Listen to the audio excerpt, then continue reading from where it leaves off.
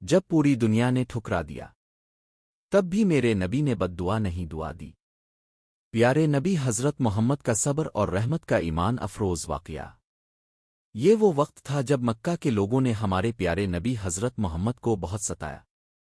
گلیوں میں مذاق اڑایا جاتا، راستوں میں کانٹے بچھائے جاتے، پتھر مارے جاتے، مگر آپ کا صبر پہاڑ سے بھی زیادہ مضبوط تھا۔ ایک دن آپ نے سوچا کہ شاید طائف کے لوگ اللہ کا پیغام قبول کر لیں۔ آپ امید لے کر طائف تشریف لے گئے، لیکن وہاں جو ہوا وہ دل ہلا دینے والا تھا۔ طائف کے سرداروں نے نہ صرف انکار کیا بلکہ اوباش لڑکوں کو اب کے پیچھے لگا دیا۔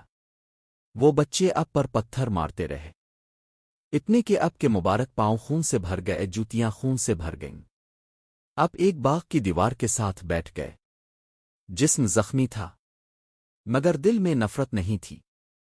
اسی وقت آسمان سے فرشتہ آیا، پہاڑوں کا فرشتہ۔ اس نے عرض کیا، اگر آپ حکم دیں تو میں ان دونوں پہاڑوں کو ملا کر طائف والوں کو کچل دوں۔ سوچیں، جس پر ظلم ہو وہ بدلہ لینے کا موقع پائے تو کیا کرتا ہے؟ لیکن ہمارے نبی نے کیا فرمایا؟ آپ نے فرمایا، نہیں، میں امید رکھتا ہوں کہ ان کی نسلوں میں سے ایسے لوگ پیدا ہوں گے جو اللہ کی عبادت کریں گے۔ اللہ اکبر! جنہوں نے لہو لہان کیا ان کے لیے بھی ہدایت کی دعا۔ یہ واقعہ ہمیں سکھاتا ہے، طاقت بدلہ لینے میں نہیں، معاف کرنے میں ہے۔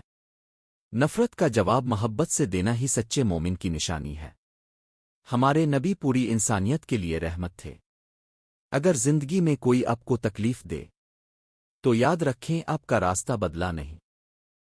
صبر۔ اگر آپ کو اپنے پیارے نبی سے سچی محبت ہے تو ویڈیو کو لائک کریں، چینل کو سبسکرائب کریں اور یہ پیغام آگے ضرور پہنچائیں تاکہ زیادہ سے زیادہ دلوں تک نبی کی رحمت کی بات پہنچے اور دعا کا راستہ ہے۔